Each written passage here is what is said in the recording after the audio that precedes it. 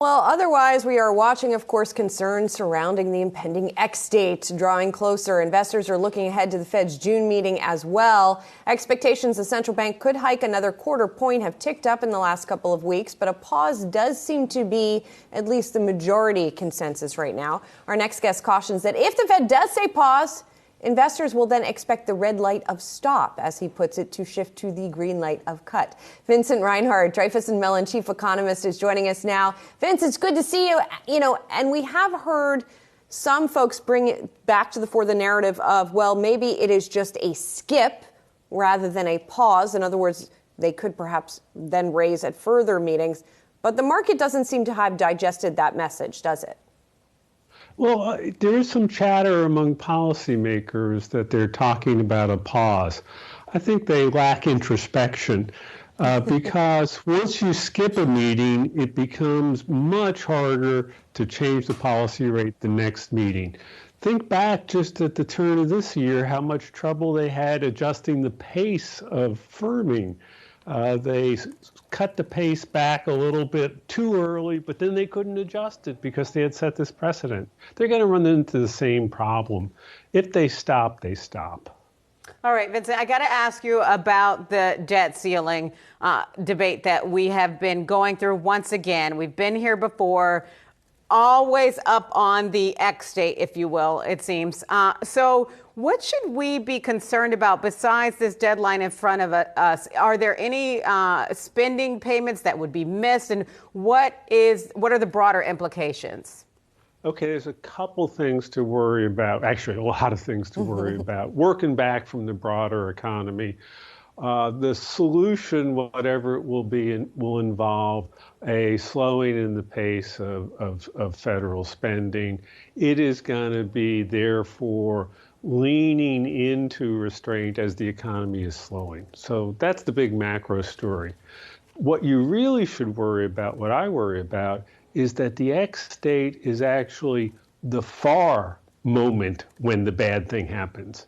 Because when you think about it, falling off over a cliff is a bad thing, but probably even worse are the moments before you're about to go over the cliff and you appreciate that your momentum is such that it's inevitable. That's Janet Yellen's position. The secretary is going to have to queue up some infrastructure instructions about prioritization, about how you'd handle potentially defaulted Treasury securities. So in fact, we're going to get market moving news before the Treasury actually runs out of cash. As we know, Fitch is considering a downgrade for U.S. debt. S&P never upgraded it again after they downgraded U.S. debt back in 2011. It seems like when we talk about this, a lot of the effects are sort of temporary, right? There's bills that don't get paid in the short term, but then eventually they will raise the thing, whether it's now or later. Are there any lasting economic effects, though, that we need to think about as a result of all of this? Well, it was in Fitch's notice of putting the U.S. on credit watch, and it's why, as you mentioned, S&P is where it is. The debt ceiling debate is symptomatic of a broader problem. We can't have a grown-up conversation about fiscal policy. The U.S. federal debt is large relative to our GDP. Maybe it can be large because we're such a big country, but it's on a trajectory that seems unsustainable, and something that's unsustainable stops. And does it stop because the markets get tired of continuing to add more and more of debt? That's what Fitch is worried about. That's what S&P is worried about. The debt ceiling is a symptom of a broader problem.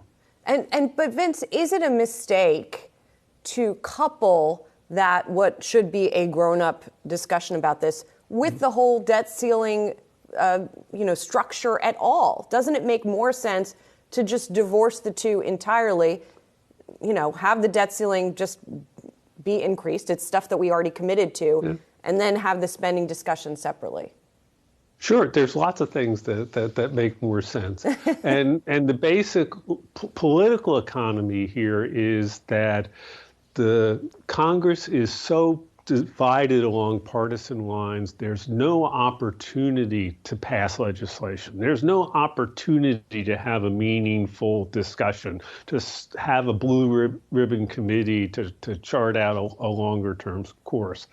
At that point, then politicians have to look for their points of leverage. What's the must-pass legislation? And unfortunately, every couple years, the must-pass piece of legislation is the debt ceiling. So this is their opportunity to be in the bright lights. They're taking it. And does much of this make sense? Does the whole idea of a debt ceiling to have a limit on the amount of debt you issue? Let me jump in, Vincent. Sorry to interrupt you. But yes, to your point, do we just need to get rid of the debt ceiling? Like, should it just go away?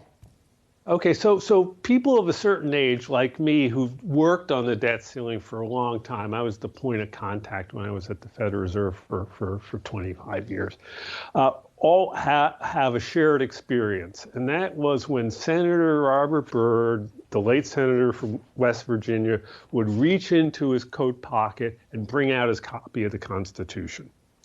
And he'd remind everybody in the room that the ability to issue debt in the name of the U.S. government is a prerogative granted by the Founding Fathers to the Congress. The debt ceiling is a mechanism in which they extend that privilege to the Treasury, provided they satisfy a condition, keep the debt under the limit.